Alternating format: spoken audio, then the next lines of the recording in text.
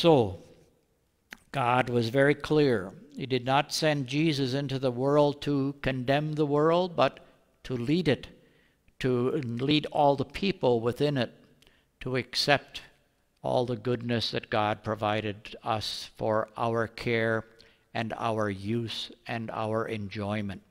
God is not the type of God who says, suck in your cheeks and whatever, sturdy your back and just forge on ahead. And anyway, that is not who God is.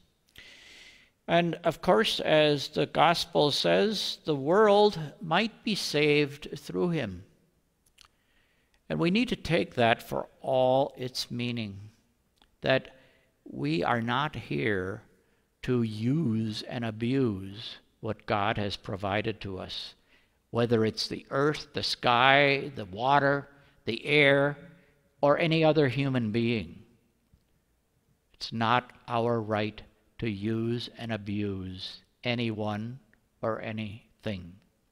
And that if we choose not to accept Jesus and his way of life, as these words say, we have already condemned ourselves, not to hell necessarily, because we always have a chance, but we've condemned ourselves to a life of misery. Whoever believes in Jesus will not be condemned.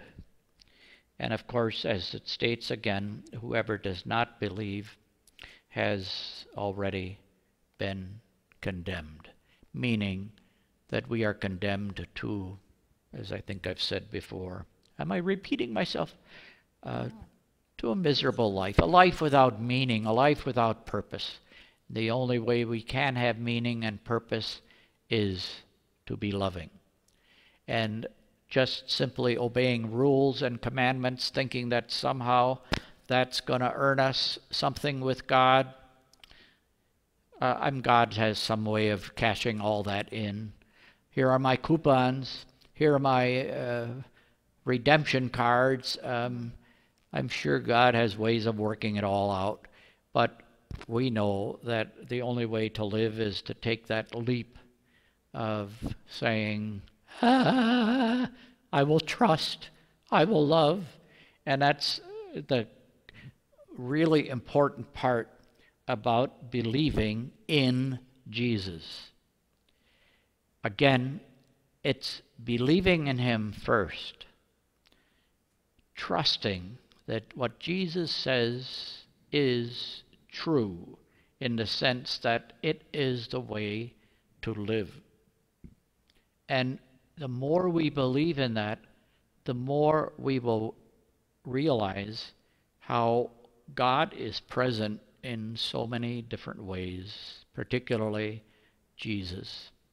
And again, as we think about sharing in communion the body of Christ again, that we would believe that this was one way of many ways that Jesus has of sharing himself.